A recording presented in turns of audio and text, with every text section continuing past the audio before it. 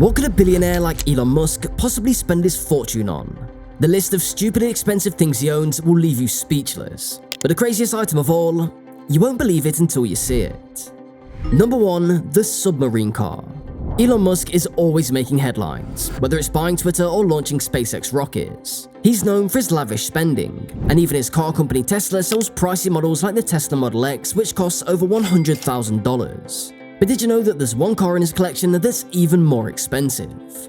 Musk spent $1 million on a movie prop car from a James Bond film. The car, a Lotus Esprit S1, appeared in the movie A Spy Who Loved Me and was famously called Wet Nelly. Can you swim? Even if you're not a James Bond fan, you might remember this car because it wasn't just a car, it was also a submarine.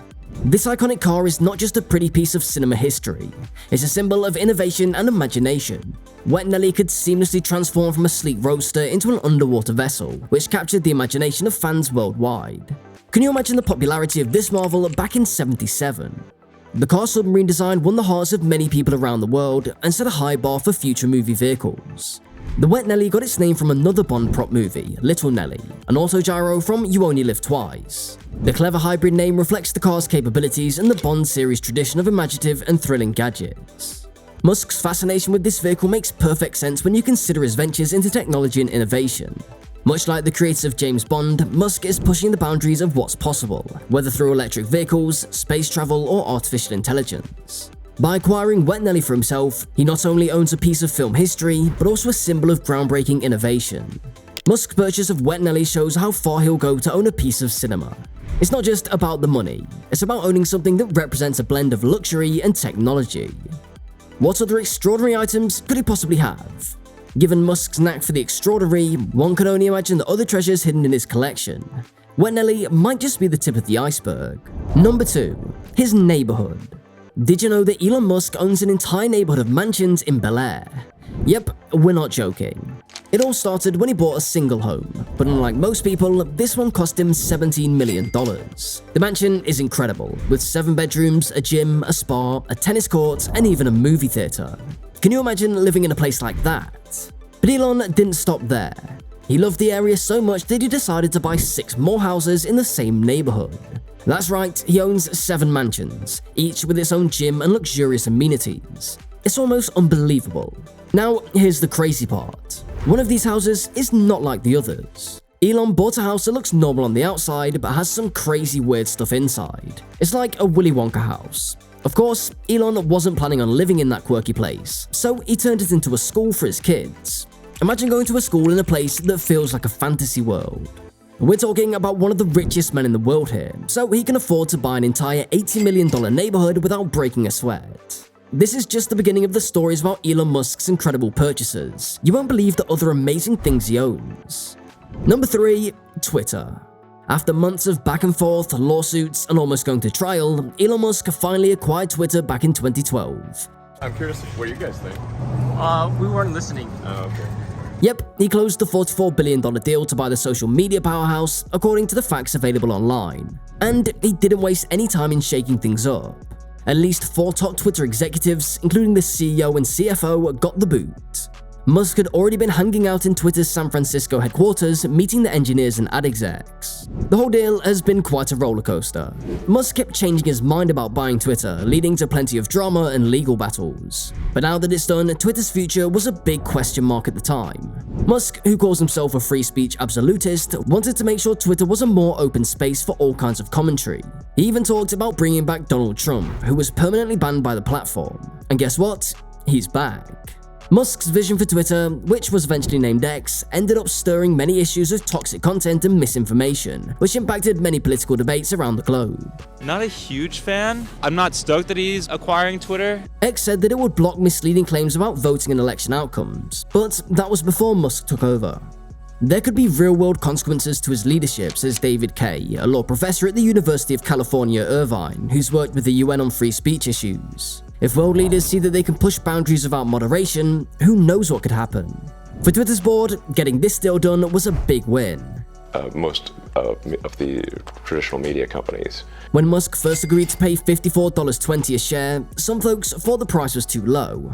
However, as the global economy tanked and Twitter stock dropped at the time, the deal started looking pretty good to shareholders. The board pushed to make Musk stick to the agreement, even suing him when he tried to back out. They argued that he wanted to because the economic turndown had hit his wealth. But in the end, Musk came through, agreeing to personally cover around $33 billion of the $44 billion deal. Number 4. Gene Wilder's house. One of Musk's more unique properties is the house once owned by the legendary actor Gene Wilder. Back in October 2013, Musk bought this charming estate for around $6.75 million. But instead of just keeping it as another fancy home, he transformed it into a private school called Ad Astra. This beautiful property, located on a golf course, really captured Musk's imagination, and he wanted to preserve Gene Wilder's spirit in it. The beloved actor Gene Wilder lived in this house for over 30 years until 2007. Musk, in a 2015 interview, described it as like a little schoolhouse on the prairie, except in Bel Air and not a golf course. Though he never lived in the house himself, he's used it as a private school for his children and some children of SpaceX and Tesla employees. When it came time to sell, Musk had one big condition. The buyer couldn't tear down the house or change its unique character. He made this clear in a tweet. Just one stipulation on sale. I own Gene Wilder's old house. It cannot be torn down or lose any of its soul. Classic move. In the end, Musk sold the Wilder estate in an off-market deal to Elizabeth Hunter, the wife of Wilder's nephew Jordan Walker Perlman, for $7 million. To sweeten the deal and ensure the property's preservation, Musk even lent them up to $6.7 million to help buy the house. Number 5. The Gulfstream G650ER. Elon Musk's Gulfstream G650ER is one of his most impressive and expensive possessions.